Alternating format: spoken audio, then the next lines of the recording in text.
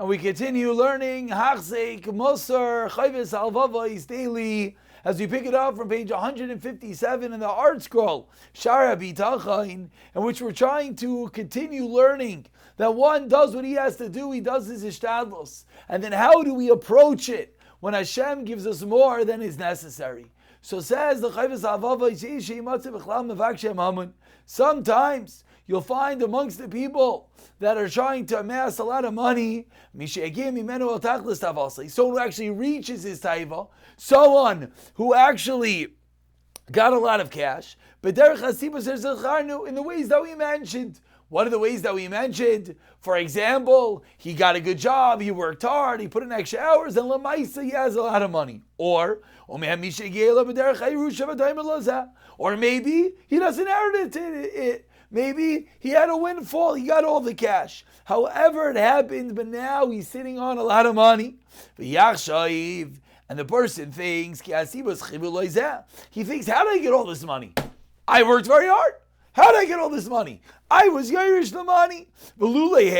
And if not for the fact that I worked so hard, or if not for the fact that I got this Yerusha, I would not have gotten any of this extra cash.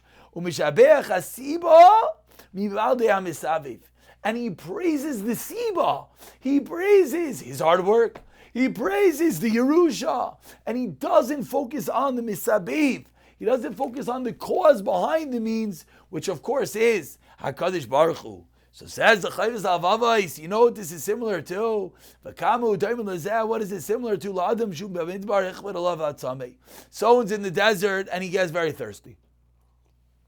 And then, all of a sudden, he's very thirsty in the desert. And what happens? What happens is, he finds water, which isn't metukanim, which isn't metukim, which isn't sweet. He finds some bad water, but he's in a desert and he's dying of thirst. V'samach, and he rejoices b'hem, simcha gedayla v'rava b'hem, and he drinks it. It's not so good, but he needs it, so he drinks it and he's so happy. But then he keeps on walking. He finds a large well of sweet gishmaka water now. He regrets on that which he drank the original water and he filled himself up with it. And he says, had he only known that he's going to get the other water, he would never have filled himself with the inferior water. Concludes Rabbeinu B'chai Bal HaMamayin, someone who has a lot of money, that he got it through a certain means. He thinks he worked very hard. He thinks that someone died and left him all the money, and he thinks that's where he got it from. If that means would not have been there, if he didn't work so hard, if that person didn't die, he has to realize he'll get it in another way and stop thinking that I'm the one that caused it. It was my circumstance, my hard work. As we said earlier, as the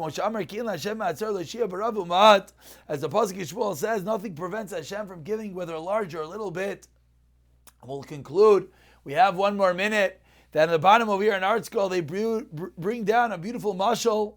The mashal is from a Sefer Matnas Chalkai, that there was someone who never saw a train. He shows up on his horse and buggy, and they tell him, he shows up to the Navardik Yeshiva, and they tell him about this incredible train, and he gets on the train, and it's moving very slowly. He doesn't know what's going on, so what does this guy do? What do you do when your horse is moving slowly? You give it a smack, you push it. So this guy goes and he starts smacking and pushing the side of the train. And lo and behold, look what happens. The train starts moving faster. So he pushes it more and it moves faster. So this guy's messed up or confused mind, we should say. What does he think? He thinks his hitting, his pushing the train is making him move fast. But of course, that's totally ridiculous. That's just how the train works, is it starts off slow and it picks up speed.